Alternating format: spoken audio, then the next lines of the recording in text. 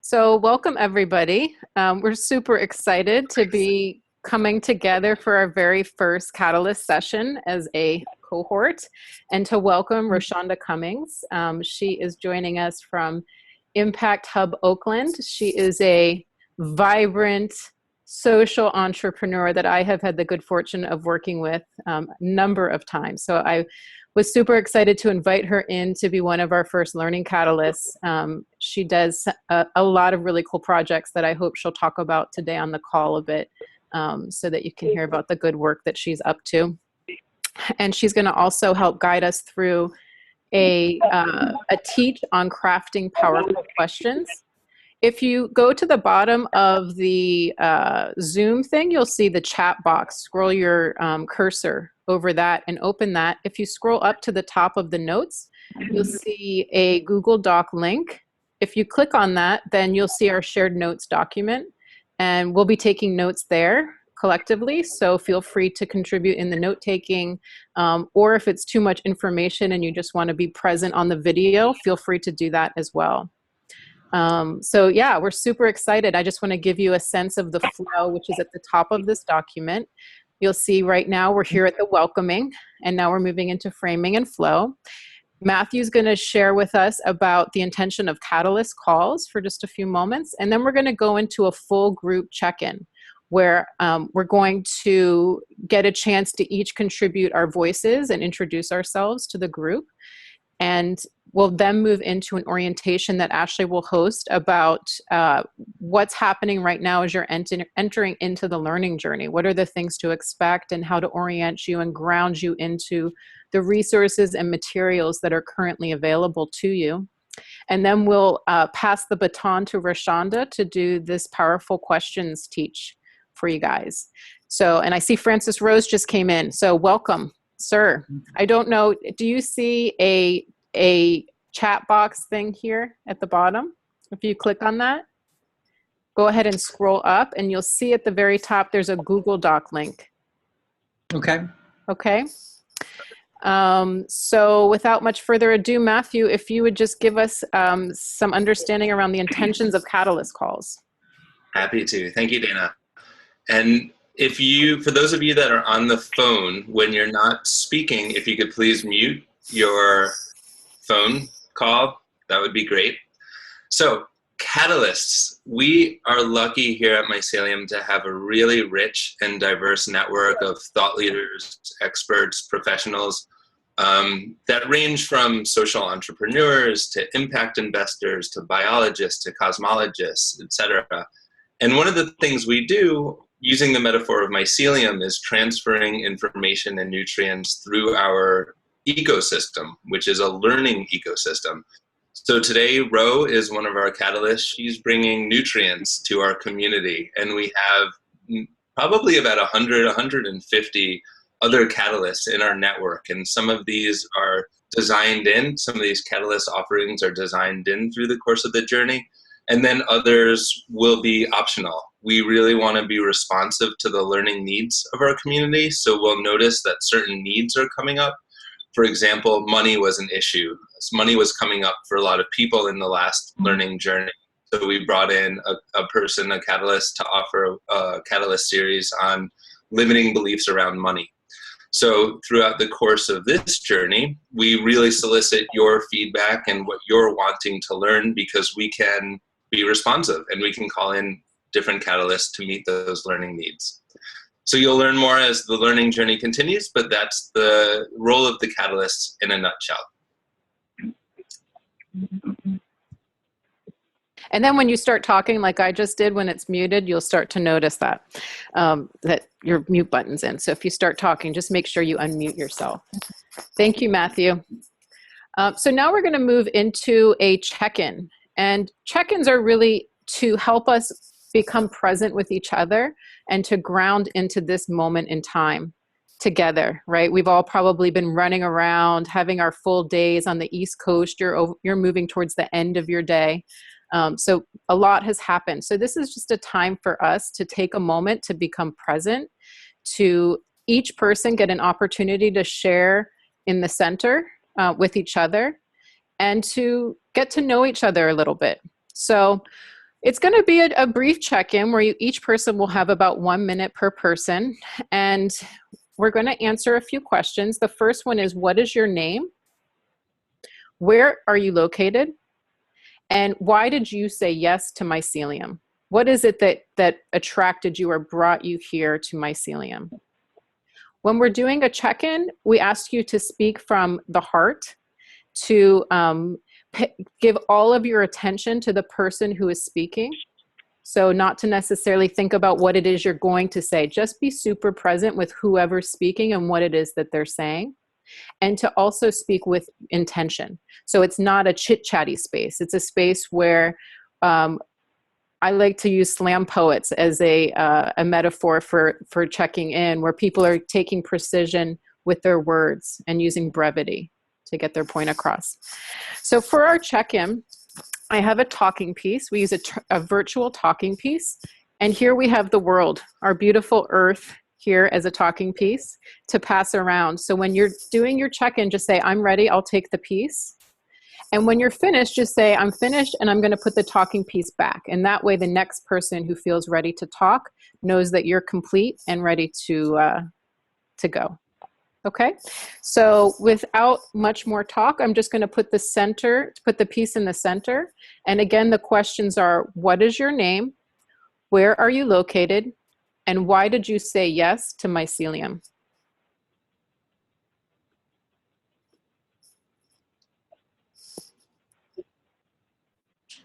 Okay, I'll take the piece. Go for it. Okay, my name is Laura Oppenheimer.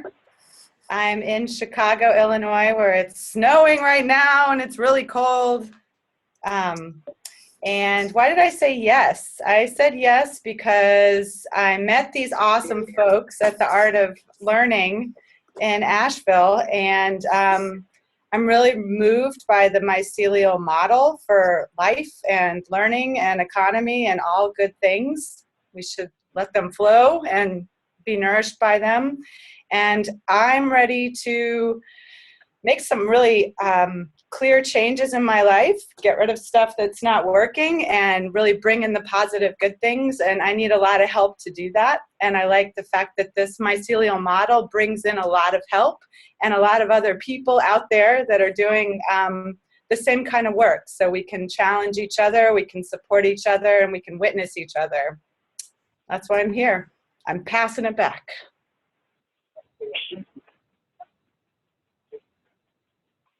I'll take the piece. My name is Paul. I live in Lake Toxaway, North Carolina, which is about 30 miles south of Asheville. We are currently freezing to death like most of all of you.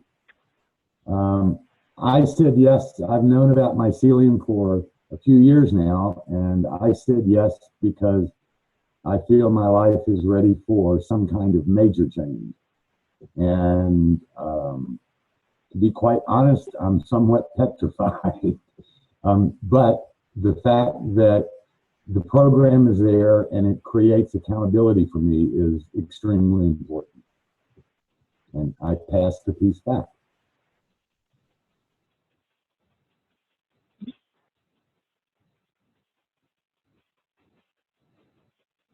Okay, I would like to try. My name is Juani. Can everybody hear me? I'm not sure. Yes, we can. Hello? Yep, we can hear you. Yes? Yes. Okay. My name is Juani, and I am in the Washington, D.C., Maryland area. And the reason why I joined in is basically the realization that I cannot do this alone. And I have this strong desire to try to make a difference and to search for what really makes sense to other people and to serve. And I found a wonderful support system in you guys, and also venues for great enlightenment.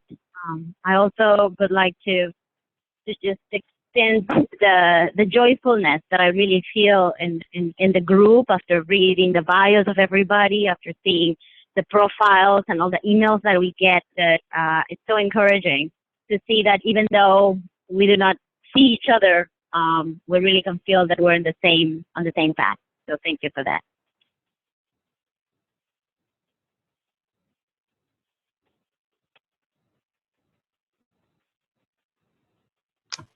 I could take I'll it next. take the baton. Go ahead. I'm Evan. I'm from Brantford, Connecticut. And I said yes because I'm at a new chapter of life. I'm 18 and just stepping into the real world. And I'm very inspired by the mycelial model and all the change that I'm seeing in the world. And at first it was a bit scary when I kind of understood what was really going on and all these different things. But then I started seeing the solutions, and that shifted, and now I'm ready to jump in and really make a difference and contribute. And so I'm just excited to be here. And I'm passing it back.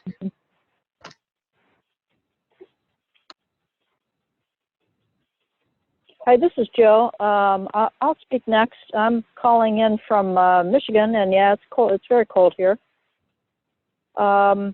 I like Laura. Hi, Laura. And several others, I think, there that I met recently in the Asheville area at one of the Art of Host trainings. And I would echo the same feelings that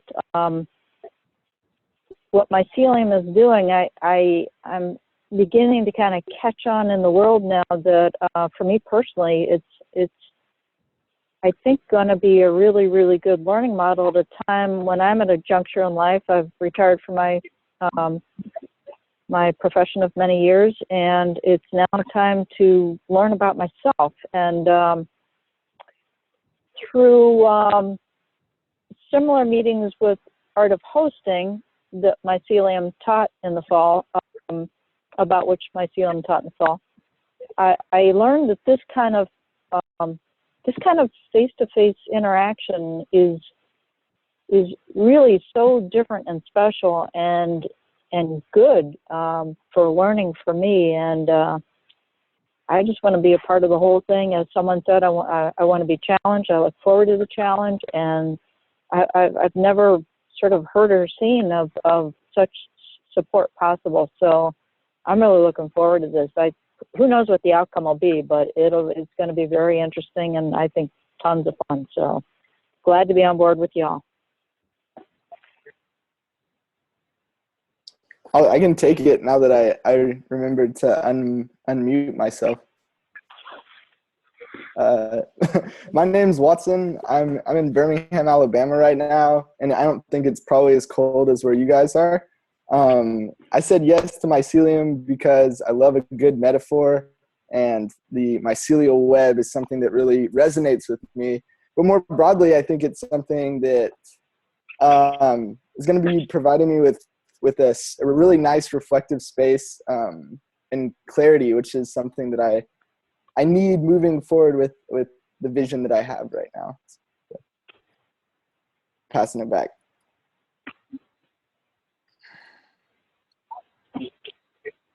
So someone just joined us on the telephone. I'm guessing maybe is that Christina? Or Mason? Actually, it was Mason. Yeah. Welcome, Mason. So just to let you know, we're doing a check-in, and people are sharing their name, where they are, and why they said yes to Mycelium. And we're about halfway through. Mm-hmm. Thanks for filling me in. Hello, everybody. My name is Mason. I am in a field on Route 9 outside of Black Mountain, North Carolina right now, doing some research with a friend, and I realized that I'm missing this call. So I piped in now.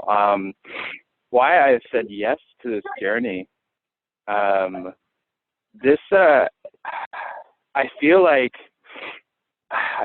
there is something inside of me that is almost so obvious to me at all times and also hidden at all times. This sort of wanting to live completely, fully, and freely, and openly, and vulnerably, which I shy away from easily because it's just so easy to do, perhaps. And I have been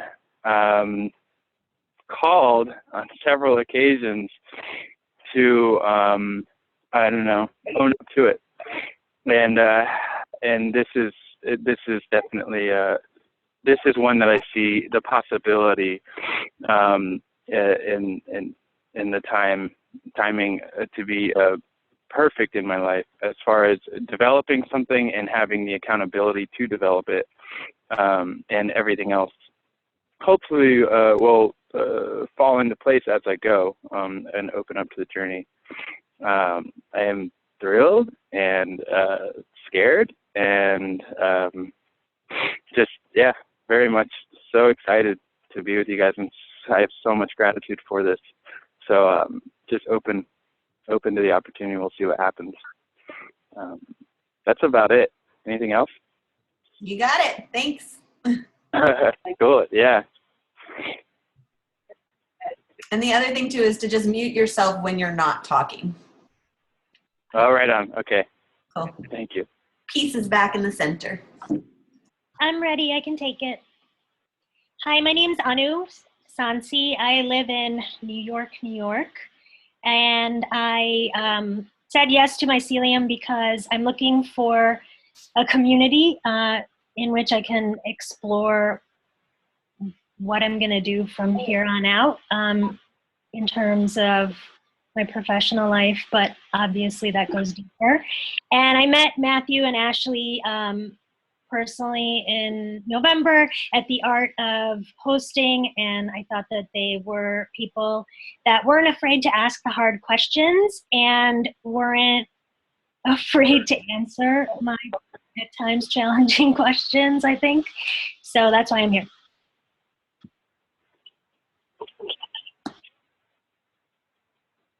I'm putting the piece back in the center.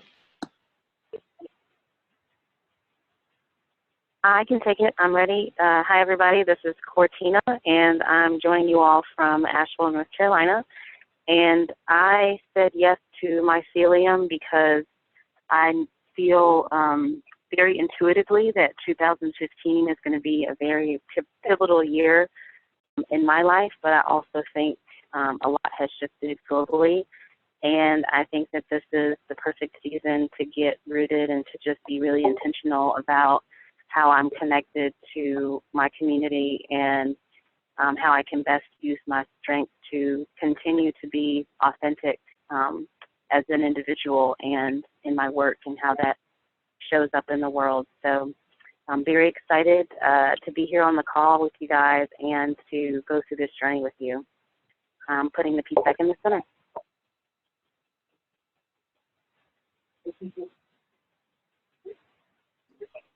I can pick up the piece. This is Ashley. I'm in Asheville, North Carolina. And I've said yes to Mycelium because I believe humans are amazing and we have so much life and life force and potential and goodness inside of us, and that we need each other in order to give our gifts to the world and work together in greater coordination to dance together more. And so Mycelium is one outlet for us to come together as humans and to exchange nutrients and resources with each other so that we can really help the systems that we are part of be healthy and whole.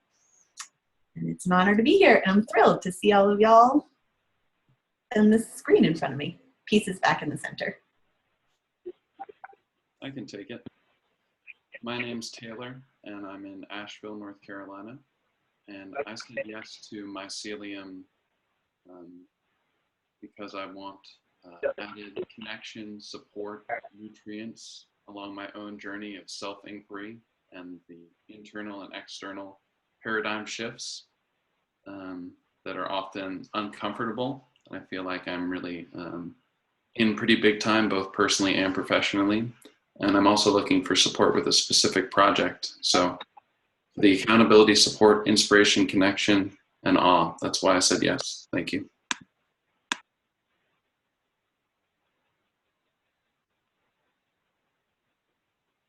This is Matthew. I'm here in Asheville, North Carolina as well.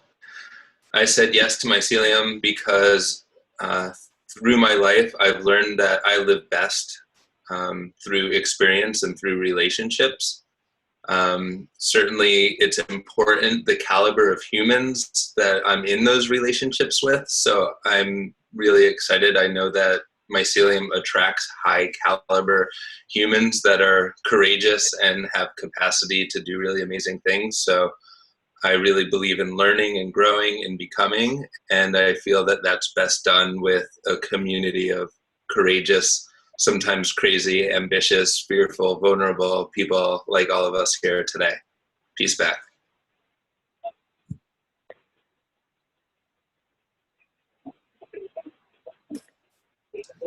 I'll speak. My name is Francis Rose. I'm presently in West Philadelphia.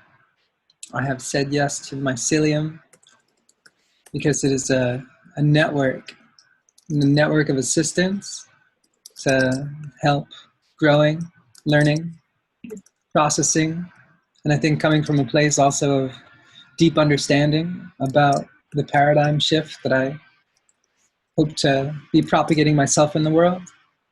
I don't always find around me.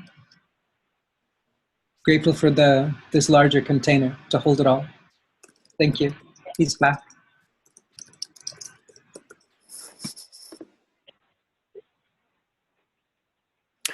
And my name is Dana. I am in California.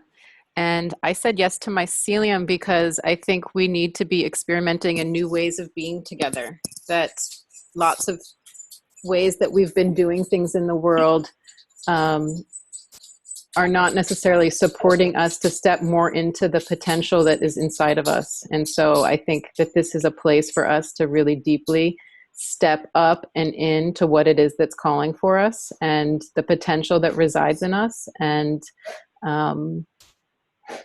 a place where we can co-create and move beyond the ways that we've limited ourselves. So that's me. That's why I said yes. And you can ask me this question every day and I'll give you a new answer. But that is the answer today.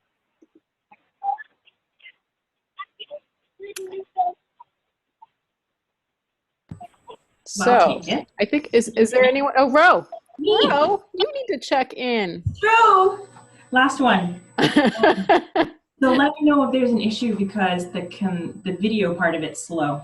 So the audio might follow. My name's Ro. I'm in Oakland, California right now from the Bay Area.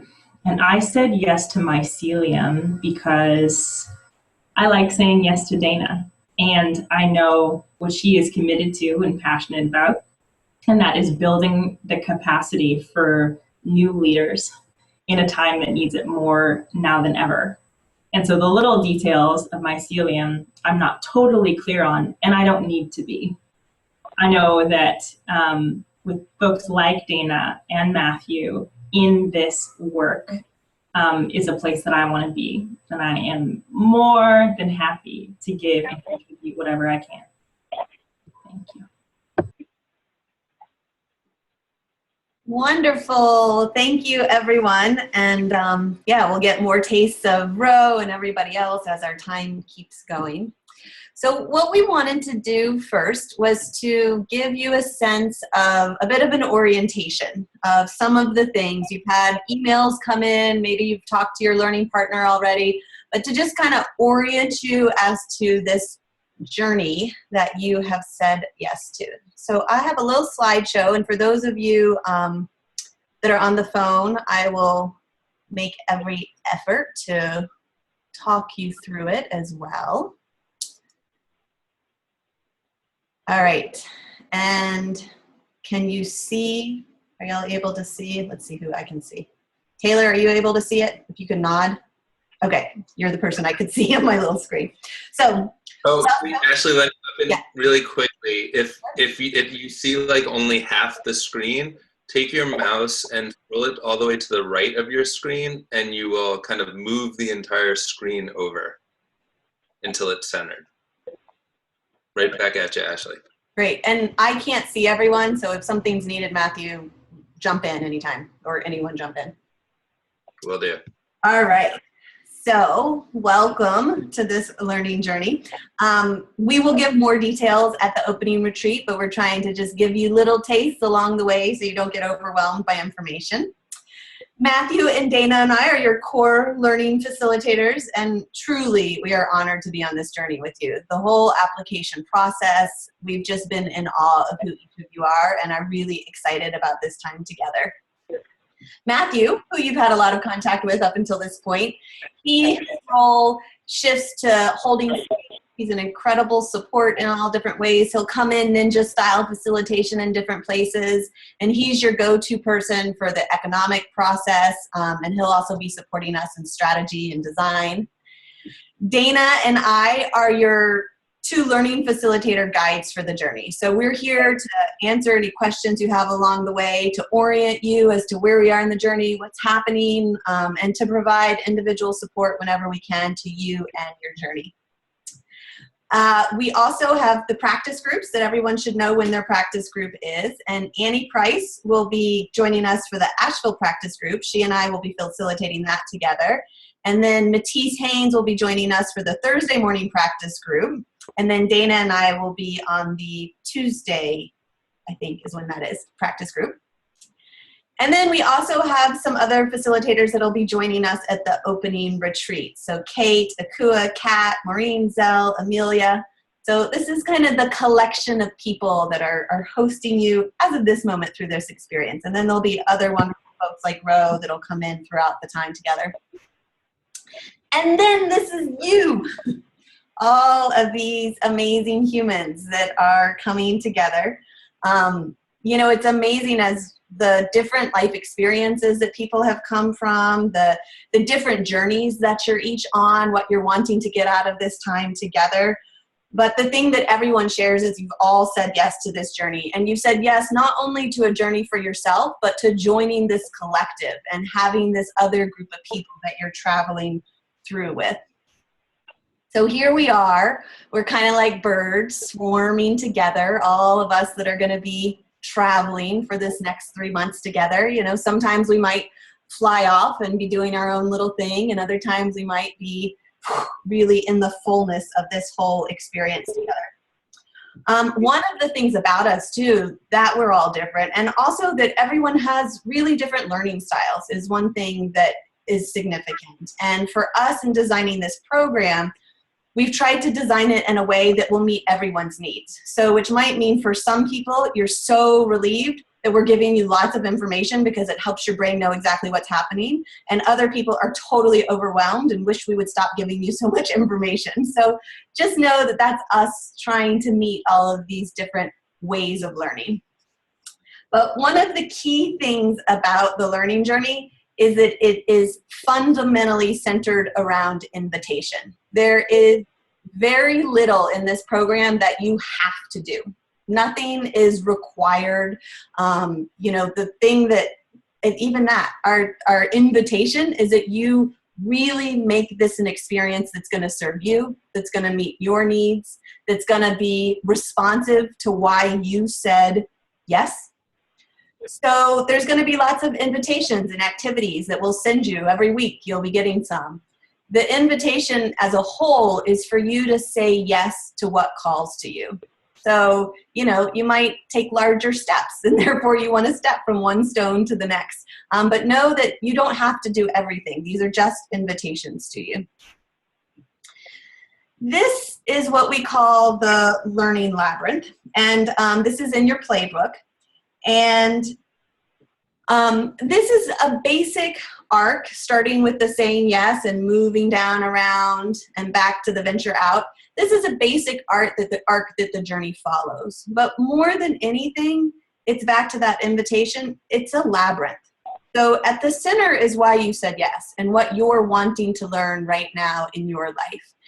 And you might find that when we send you invitations, you're in awe because it is exactly what you're experiencing and needing in your life right now. And you might find that the stuff we send you is not related at all. So your path is probably not going to be linear and go directly around this labyrinth, but you're going to move back and forth. And in one moment, you'll be, you know, activating, and the next moment you're going to go back to self-exploration because something's come up for you. So just trust the wandering process. Some of the key things to orient you, your playbook this is your guide. So it's long. We don't expect that you've read it all. Well, you might have read it all. But anytime, if someone mentions something like an open practice group and you're like, what is that? Or catalyst sessions, what do they really mean by this? Your playbook has most of the key information about this journey lives inside your playbook. Every Friday, you will get an email from us, and that is some ideas about how to shape your following week. So you can expect that from us. And then the other core structure is the parallel or the relationship between your practice group and your learning partner. So basically every week you're going to have contact with someone from Mycelium, whether it's your learning partner or your practice group. The flow of the learning journey, at the end of your playbook, it goes into more detail, but just to give you kind of an idea of how we walk through it, you can see week 1 through 12, how they kind of show up around this arc. So, and this arc is, for those of you on the phone, it goes through saying yes, self-exploration, living systems, imagining what's possible, clearing the way, fear and resistance that comes up, taking a pause, and then naming what's clear, activating, getting charged up and integrating what you're learning, making strong declarations and putting things out into the world, and then venturing out. So some things that are coming soon. One is the online platform. So we've used Facebook in the past, and people have really requested to not use Facebook. A lot of folks are trying to veer away from Facebook. So we have an online makerspace that is almost done being built. You can kind of get a little picture in the middle of what it does. But this will be a place where you can just share little updates with each other. Oh, I'm having a crazy day. It's good to know y'all are out here. Or this is a question that's on my mind. Does anybody else have thoughts on it? It'll be a place if you want to create blog posts, you can. If you want to share resources like books and articles. You'll have community to connect with. And then also, eventually, your weekly activities will all live inside this online space, and you'll have missions that you can accomplish. And so I'll be telling you a bit more about that at the opening retreat, but I wanted to just give you a little glimpse that this is coming, so it won't surprise you when it gets here. The other thing for some people, understanding what is the Creative Economy Agreement, we just want to let you know we've had conversations with most of you, and the next step in solidifying our creative economy agreements is to be filling out the Creative Economy Blueprint of We, and we're going to talk about that also at the opening retreat. If you're curious what I'm talking about, it's in your playbook, but we just wanted to let you know we haven't forgotten this, and we're going to be addressing it more at the opening retreat. And then the last thing is, this is actually the room that we're going to be in when we're together next week. And we just wanted to remind you that when we're all together, everyone will have a chance to share for 5 minutes your story of me. And the invitations that you got last week give you some framing about how you could shape that. But basically, it's just your 5 minutes to share about your story of who you are and what you would like this room to know about. And within that, we'll get to really listen and discover what is our story of us. So with that said, we're all in this together, and we have this 3-month journey to really embrace the magic and see what's possible. So any burning questions in that quick little orientation? And I can't see you if you raise your hand, so you have to just unmute and say something if you have a burning question. Okay, well then I'm gonna transition us and say one quick thing on questions, and then I'm gonna pass the mic. So before we would start diving into powerful questions, you've heard the phrase about your guiding question. And I just wanna tell a little bit about what the guiding question is, what is a question that you don't know the answer to yet, but by digging into it over the next few months, you're going to learn what it is that you think you need to learn. So learn what it is you think you need to discover about yourself. Maybe you'll learn about your project. But it's definitely a question you don't know the answer to, and it's one that's inspiring for you. It's like if you think about that question, it's there's a surge of energy of, hell yeah, I really want to get into that. And then throughout the journey, we really believe in questions. We find that having goals and knowing exactly what you're going for is valuable. And there's another doorway into the mystery that comes when you're guided by questions, because you don't know exactly what you're seeking. There leaves room for the unknown to emerge within that. So in addition to your kind of big G guiding question, we also encourage you to have questions that you're asking all along the way. And this is where Ro is going to help us increase our capacities to ask really good questions. And if I could find my mouse, I would get out of this. There we go. And so now I'm going to pass the mic over to Ro. Hi, everyone. I need to hear your voices, actually. So on the count of 3, I need everyone to unmute their mics and just say hey to me. I just need to know you're there. So 1, 2, 3. Hey! Hey! Hey! Woo! It feels good to be with you. I have been anticipating you for about 2 weeks now, I want to say, when Dana approached me. But first and foremost, I really want to do something that's quite important to my culture and who I am as a person. But in African American culture, we always acknowledge our elders in the room, and we always acknowledge our youngers in the room. And going into this, when I heard the span of who would be on the call, I was like, there's some people who's older than me and who's been around in this way of life. So number one, to my elders on the call who are older than me, thank you so much for stewarding this world and calling me into it. I honor and I respect you. And I invite your wisdom and who you are into this room. And might I make you proud. And to my youngers in this call, who I see before me or who's on the phone, thank you for being here.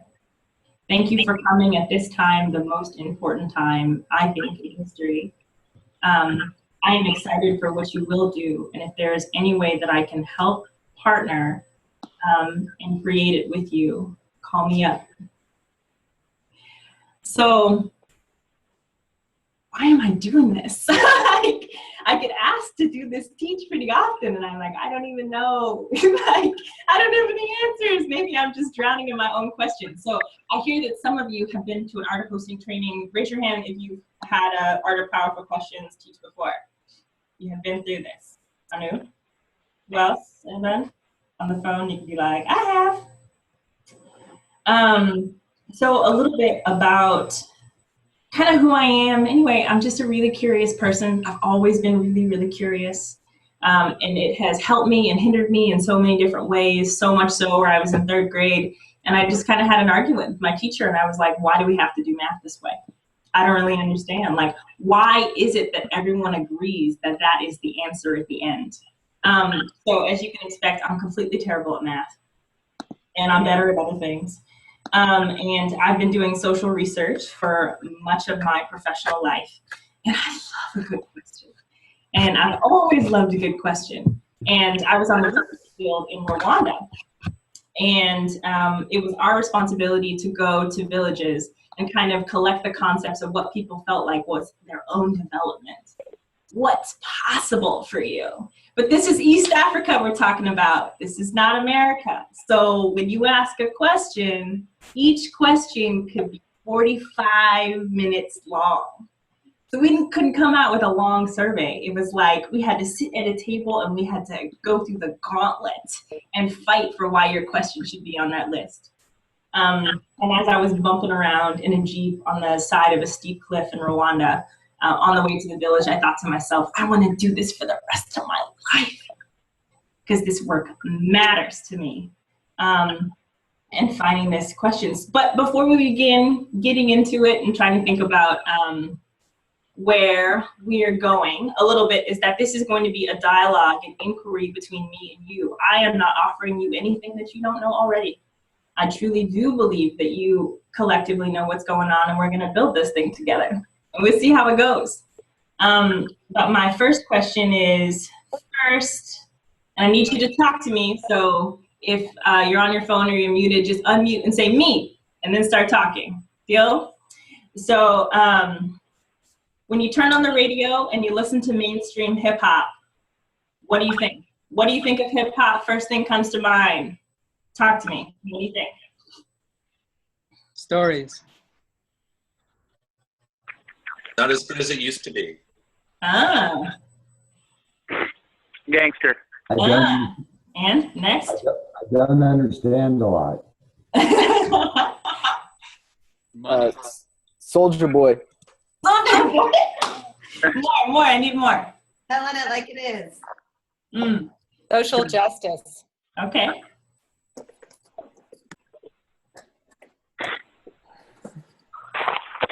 Poetry. Country?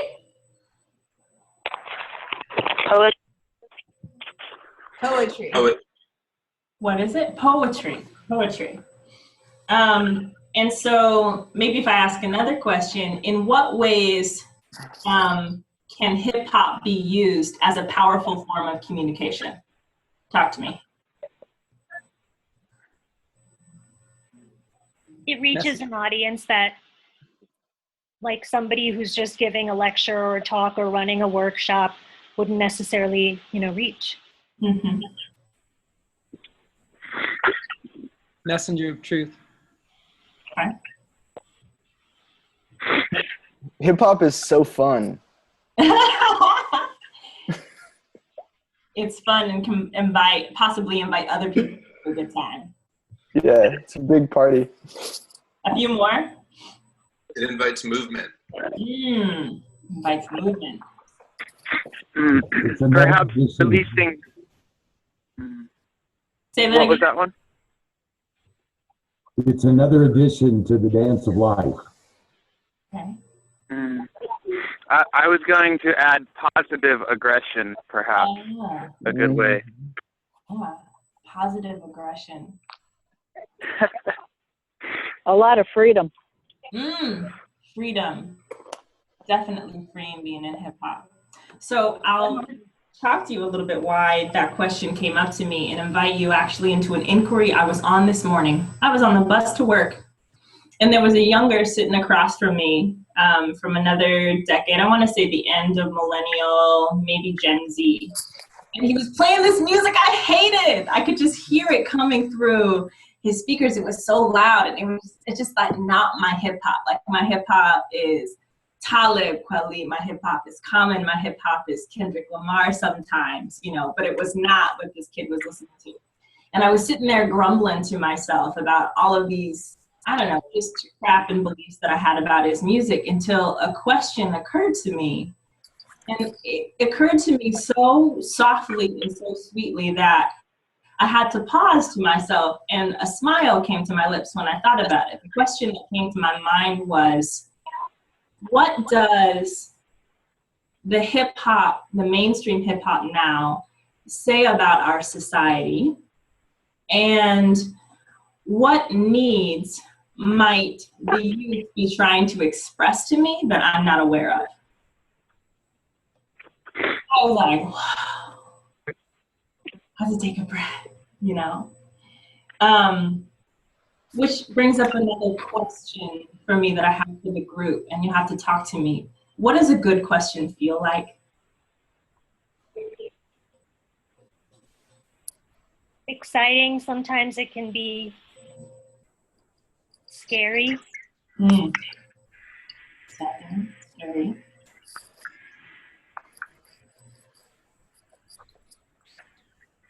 Enlivening. Sorry. An invitation to places you've never been before. An invitation into places you've never been before. And Laura said exciting. Enlivening. Enlivening. I think a good question. Oh, go ahead. A good question will create adrenaline. Yeah, I think a good question tickles something. Yeah. Anyone else? So I think a good question does all of those things.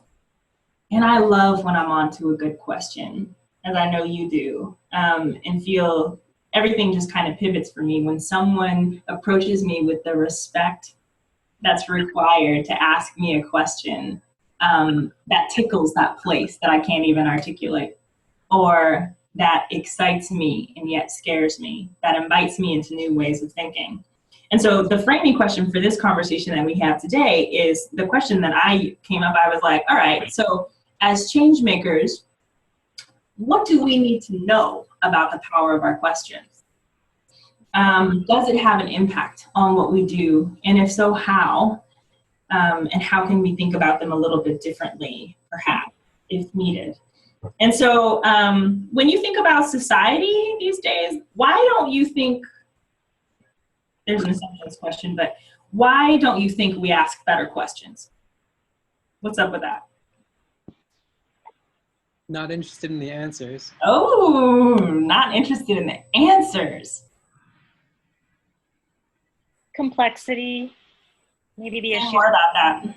What do you mean by complexity? That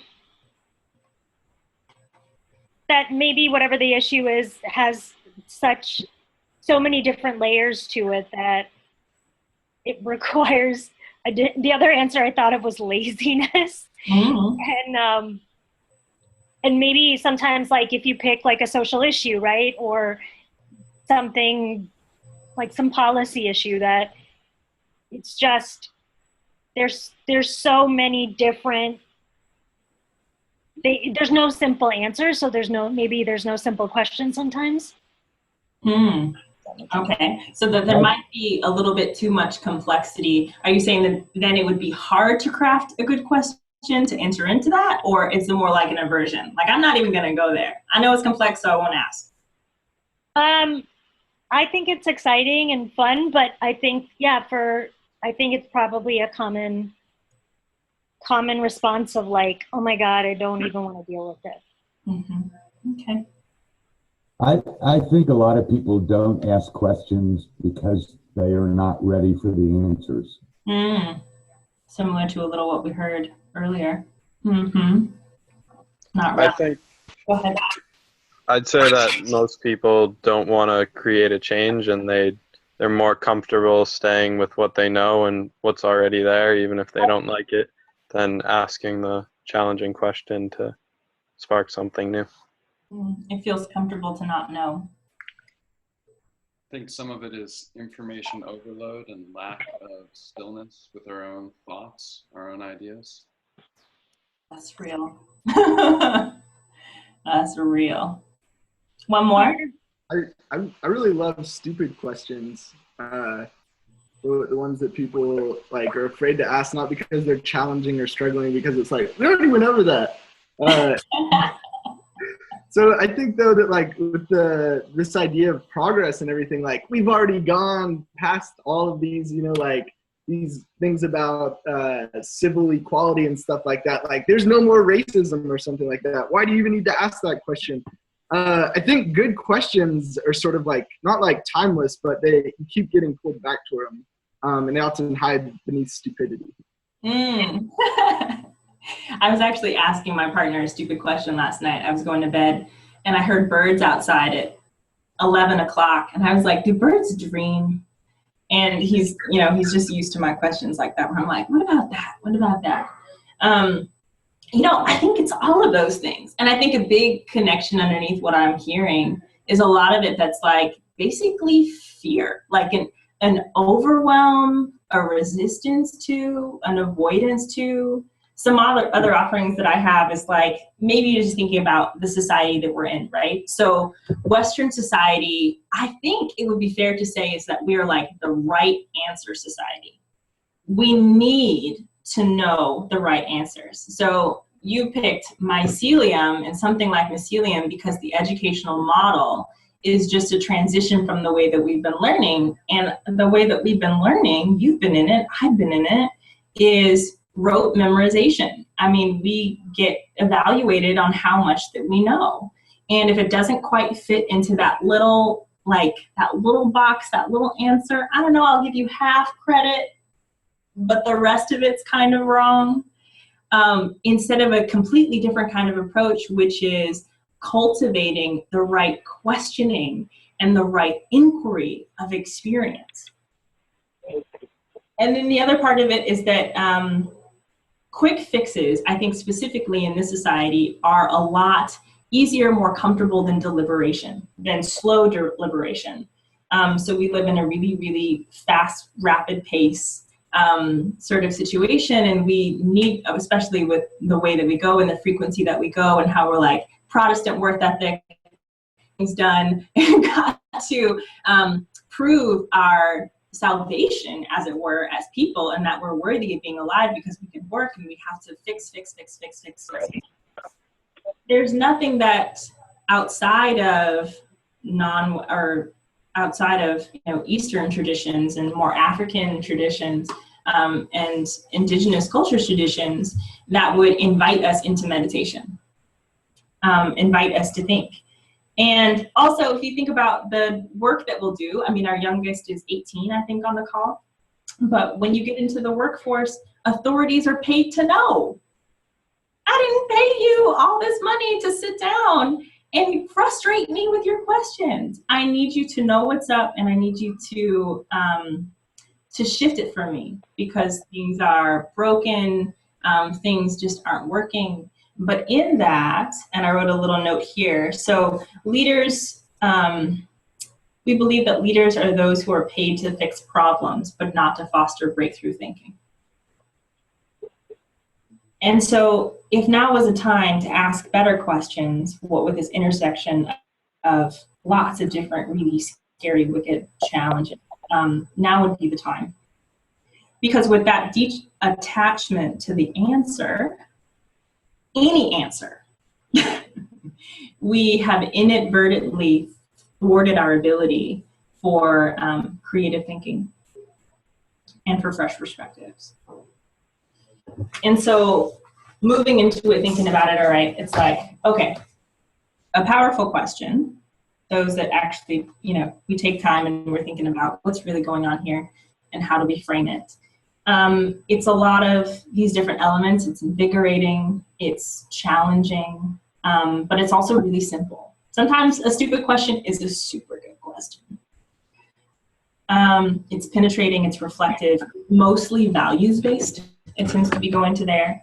But my favorite metaphor is that it's like a paint can, a stick of a paint can. You've got a big can, and the shorter your stick, the distance that you raise the top, but the longer the stick, you can pop the whole thing off and you can swirl it around, and you know that moment where you're just like, that is the question. That is changing everything right now. And I feel like it's our job, especially as change makers, to be committed to that. Because that's what we're about, right? The big change and making a world that works for everybody. And that's going to take a big old question to get there. And so we'll talk a little bit about the construction and the architecture of a good question. And I'm trying to think of our timing here together. But let me see. So moving into this, let's just think about how is a good question made. And I hate going through this teach because I get to this part and it's like, everyone knows how to do this, right? Like, I don't need to tell anyone what type of questions there are and like rank them for power. Like we know how to do that. So I believe that we know this, we're convinced of this. I don't have to teach us or direct us and instruct us, but let's just kind of imagine a triangle together like this. And on the bottom, I'm using my hands. Do you like how manual I am? Those on the phone, I'm making a triangle with my hands. And on the bottom are the least powerful, and on the top is the more powerful. So let's just kind of rank them together. So what kind of questions do we have that start with? I'll give you hands, like who, what, where, what other questions? Why? Mm-hmm. How? Yeah. What if? Okay. Which? Nice. Which? When? When, yeah. And I think that's about all of them. So if we were to do the least powerful questions, which are the least powerful questions, which we put on the bottom of the pyramid?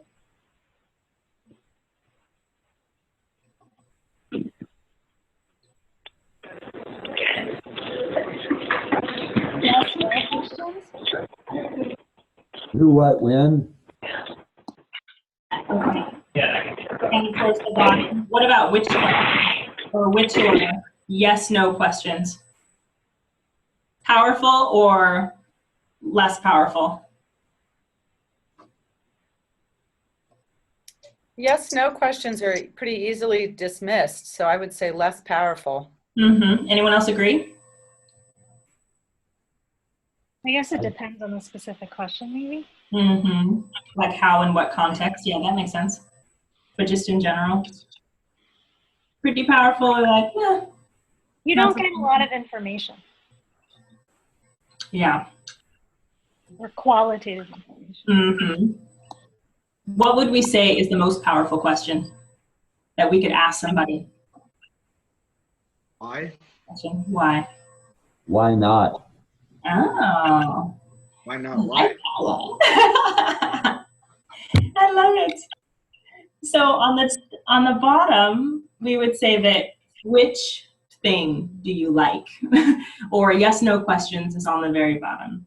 The next one would be who, when, where, and why, because that information is kind of, important in some cases. What we would say would maybe be the next level up.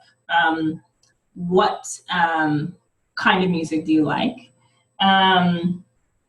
Next, how might we solve this problem, etc. And then why all the way up at the top.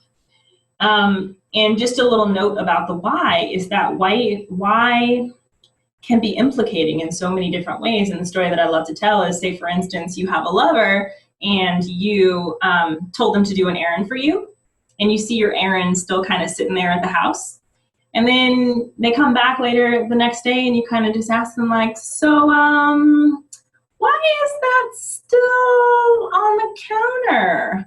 I thought that you were going to go and you were going to fix that. But the thing about that is that wasn't a genuine question. You knew that they didn't do it and you were asking them to pin them. And so often in the way that we are together, we are not truly asking curious questions, genuine questions. We're not being authentic about the inquiry. And especially for change makers and leaders in this new world, maybe that's what we need now more than ever, is true inquiry and no blame. So just because a question is situated down at the bottom doesn't mean, it doesn't have any meaning on its value. It's still valuable, it just depends on where, like kind of like Anu was talking about, like, well, it kind of depends. Yeah, it does kind of depend. Every question has its place, but if you want the questions that are going to foster breakthrough thinking and a deep sense of creativity, then you know where to focus your energy towards. So the next level is a scope. A great example of scope is kind of thinking about who is going to be exploring this question and how big is it. So there's a difference between the question, how can I use my skills and my talents to best serve my community? Versus, how do we save the world?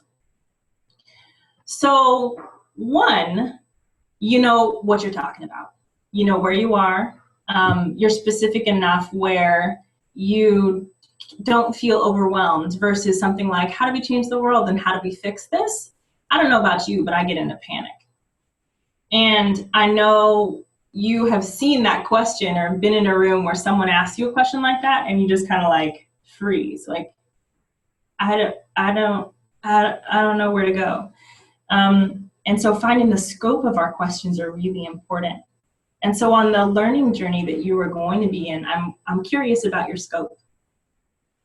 And I'm curious if you feel like your guiding question is meeting you where you are now and is specific enough so it doesn't overwhelm you, but isn't too big enough where it's, it'll spill outside or way too outside of the time that you have, which is 12 weeks.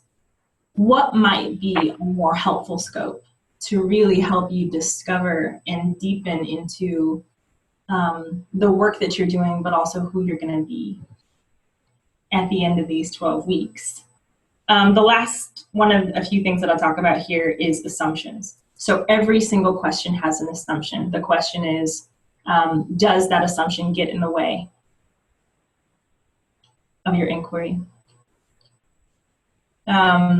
So here's an example of an assumptive question.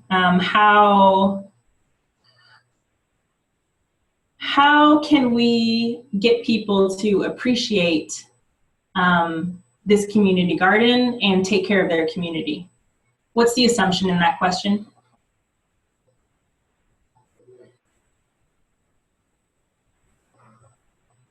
The garden needs taken care of. Mm-hmm. What else? That anybody cares about the community garden at all. Mm-hmm. That you have a garden. That you should have a garden. That you have one at all. Yeah, that you have one at all, or that you should have one at all. Yeah, you should if you need a garden. And there are other things like that. My favorite example of this, let me tell you a really great story about an assumption that we held in a space for people. And I got called to an art of hosting training to do art of hosting training in Nova Scotia for the Black facilitators of Nova Scotia. Yes, there are Black people in Nova Scotia. Yes, they have been there a long time, since the 17th century, actually. And there used to be 700,000 Black people in Nova Scotia. There are now 20,000 Black people in Nova Scotia. So they are experiencing a dwindling of their community in numbers that they can't even keep. And it's happened because of, racist policies by the Canadian government and the Nova Scotian province, for sure. But there are facilitators who wanted to come and try to figure out how they could convene their community together to have a meaningful conversation about what will be the future of the Black community in Nova Scotia. It was a great training. And we got around in circles, and my mentor, who was holding the space for the people, she kept on listening to these conversations that said, how can we get the youth involved? How can we get them to care about our situation? And they had open spaces about how to engage youth. And they had roundtable discussions about how to reach the youth. And they had little side conversations about why we should value the youth and how we should really start recruiting them to further the cause and stop leaving to go to the big cities and stay in Nova Scotia. And my mentor, Kathy, she overheard and she came to me and she says, Ro, I don't think that's it. I think something's missing. And she came to me later when we were at dinner, and she had been thinking, kind of looking off into space, and she looks at me with her silver hair, and we're at a table with a whole bunch of people who had been at the facilitation, and she goes, I think I know what it is. And I said, Kathy, what is it? And she says, I think the question is for the older generation to go to the youth of Nova Scotia and ask them, what is the world that you want to live in? And how can we do it together? I said, Kathy, that's the question. I said, that's it.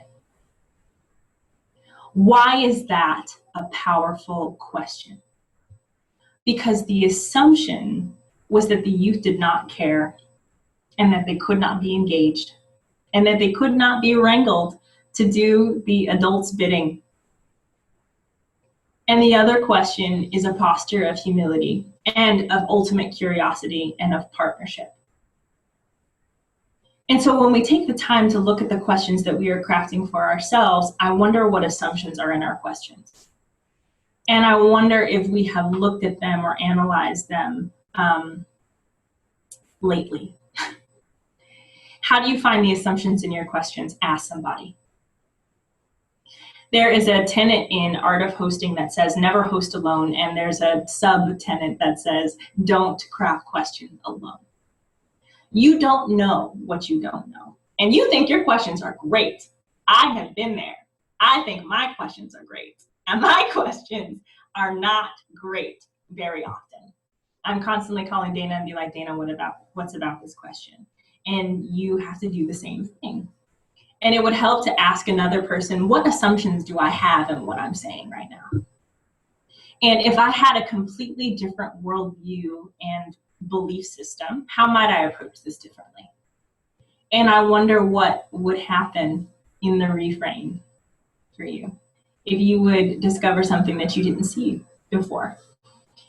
And the last things about questions is I think that they should be simple in number. I was challenged by the D School. They had this PDF on interviewing, and it said something like, a question should have no more than 12 words. And I was like, 12 words? My questions always have more than 12 words, but it was challenging to think, oh, how can I shorten my question in a way where I still keep the essence of what I'm saying? So it's super clear. Have you ever had the feeling that no one knows what the hell you're talking about? And sometimes I feel it's because no one knows what we're talking about because we don't know what we're talking about. There's just too much words. We're like hiding behind words. And when Dana and I were on this call, she said to me, because when you're clear, you don't need as many words. How can we be committed to clarity? And to challenge ourselves maybe to use less than 12 words. So we're going to go into a little exercise here because our time is winding down. If you look in the Google Doc notes here, I've created a little test, and I want you spending a little time together while we're on the call to evaluate the power of your question. I have collected all of your guiding questions from the website. I have read all of your bios. There are your questions. I want you to find your question. And if you're on the phone and if you don't see the Google Doc or anything, you don't have to. You can just sort of think about the guiding question that you have. And if you haven't crafted a question, some of you haven't, just spend that time maybe thinking about that. But I want you to take your question. I want you to write it or note it or jot it or remember it. And then I want you to go through the quiz. And then we're going to come back and see how you did. And we're going to talk about it. Okay, so we have... I don't see a Google Doc. Oh, if you go, Lara, if you go into the chat. Okay. At the top of the chat, it says, welcome everyone. Here's a shared Google Doc for note-taking. Oh, right. Yeah, in the note-taking document, that's where the quiz is. Okay. And I see your question there.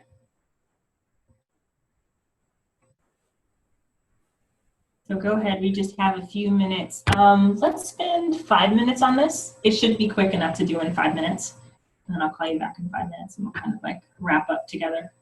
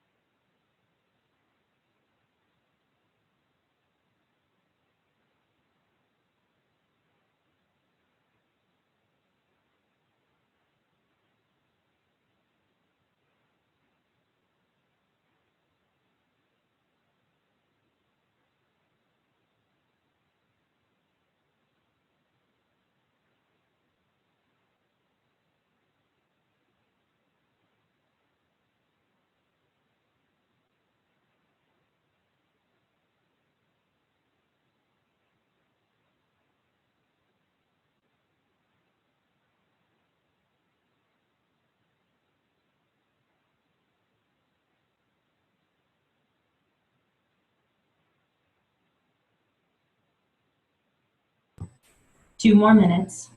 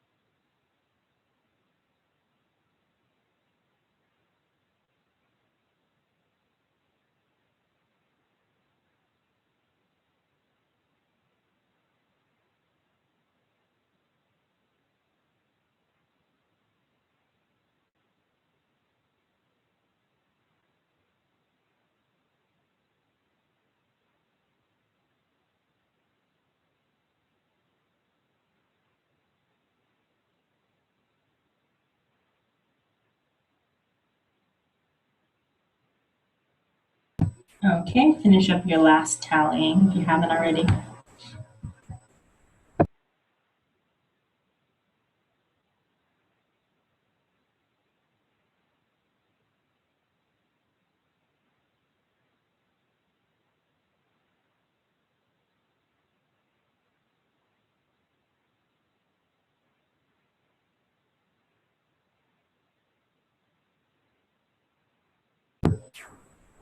If you're on video, raise your hand if you're all done.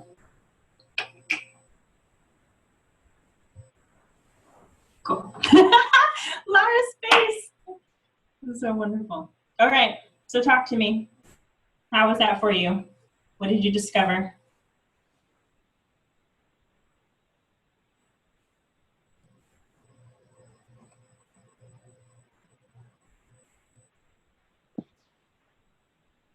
We need to work on the question.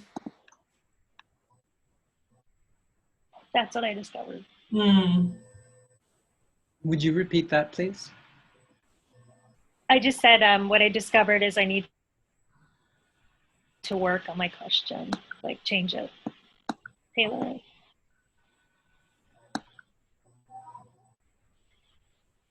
I worked on 2 questions and I was surprised at the one that came out with the higher number, not the one I actually would have expected.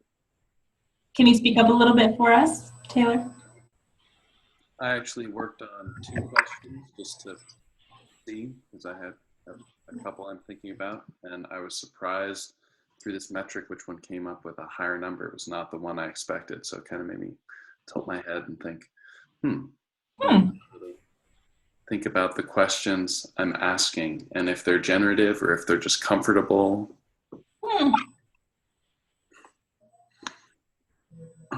I think that I've asked myself a relevant question, but I think it's way too big.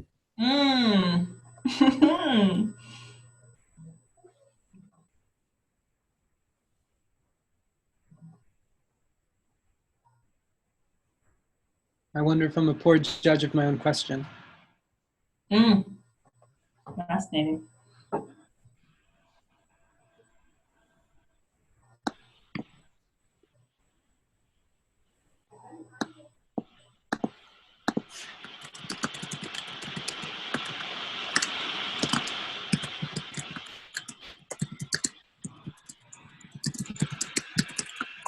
I know your mute is off.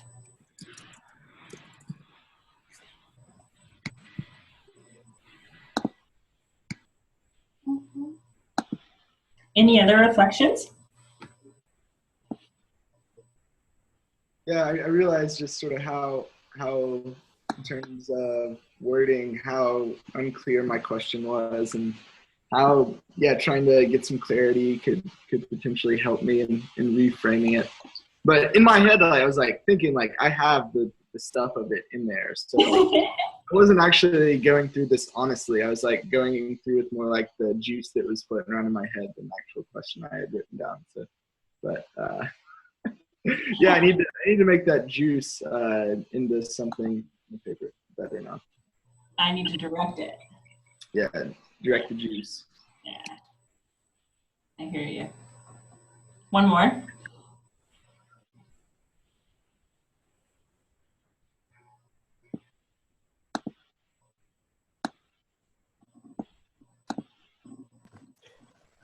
I found myself kind of in between on some of the questions and hard to evaluate my question with all the uncertainty that I know is in it.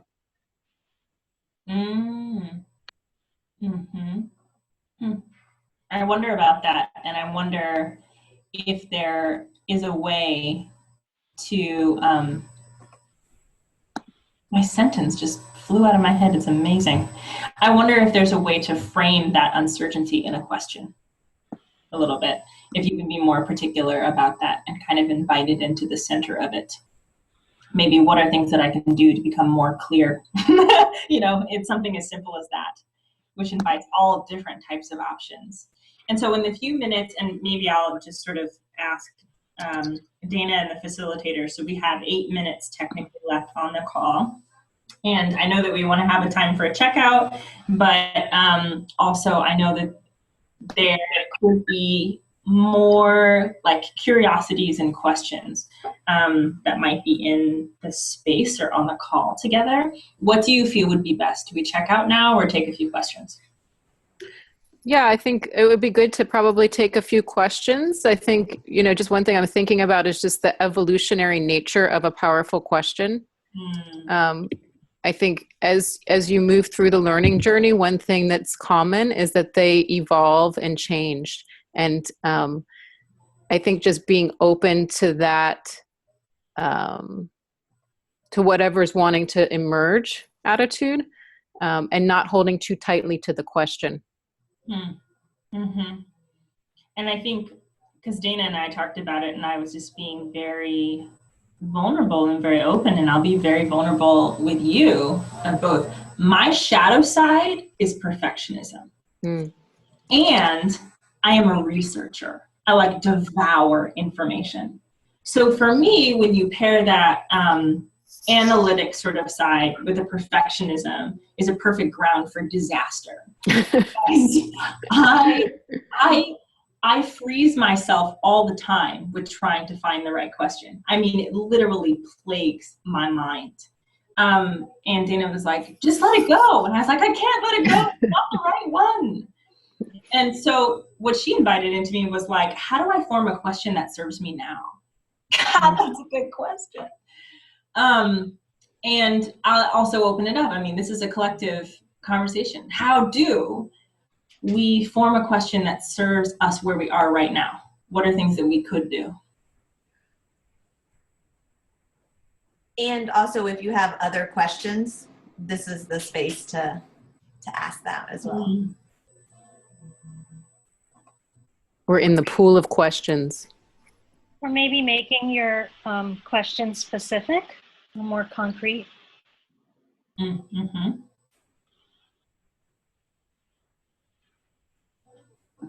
I like the idea of throwing away questions and sort of like trying on a bunch of them. So like sort of also like looking at yourself wearing your question in the mirror and seeing how it fits you. So like doing some observational stuff, maybe talking to other people about how your question's fitting you.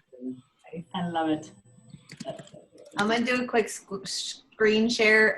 When I was creating my first guiding question for the first learning journey, this is what kept happening.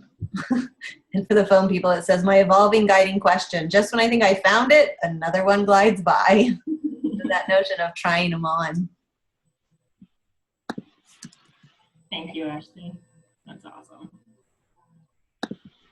And I'll just interject here because our time is winding. But I think that maybe if I were to answer my own, and if like my highest self looked down and was like, Ro, chill out, it would be to have a little bit of levity around it, to move from a position of levity and of a position of experiment, which is trying them on. So a tool that I use or a practice that I do when I'm called into facilitation is I try to find a bigger umbrella concept and just ask as many questions as I can about that concept as possible.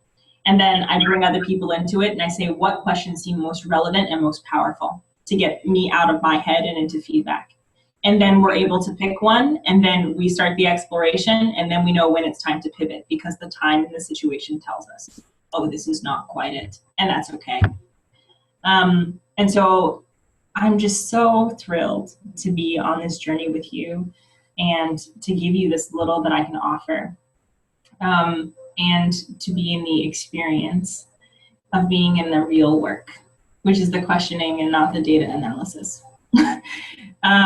And so we're just going to have a one-word checkout really, about how this struck you. One thing that,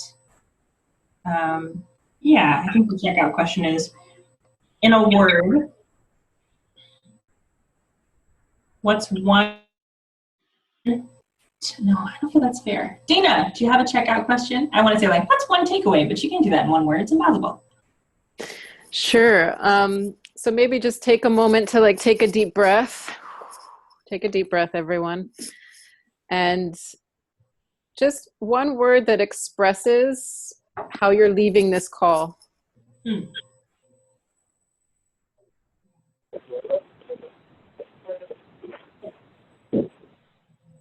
And make sure you unmute yourself.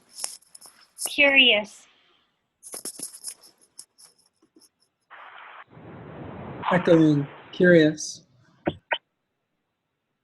Invited. Engage.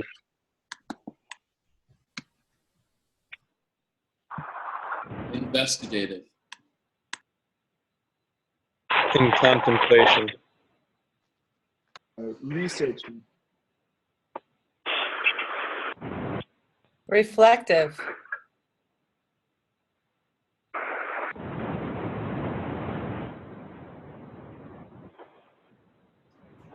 Curious. Poetic.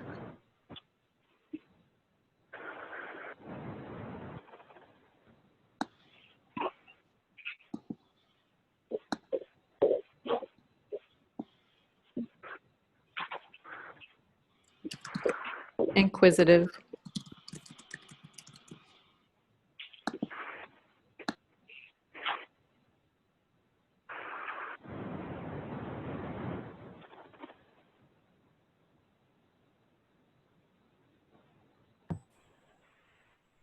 Cortina or Joe?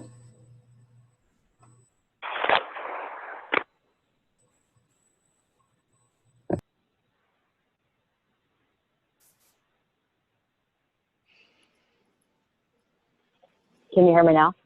Yes. Welcomed.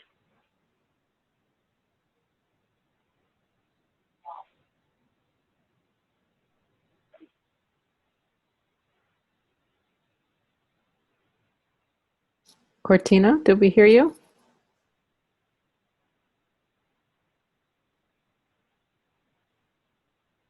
Is that everyone? Thank you so much, Roshanda.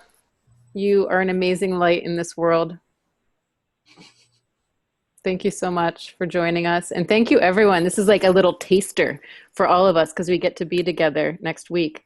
So really, my check-in, check-out, I wanted to just say how excited I am for us to all come together. And Roshanda, I wish I could put you in my back pocket and bring you with me. Be well in your day, everybody. Have a good day. Thank you, everyone. Thank you. Thank you. Stay warm out there. Bye, everybody.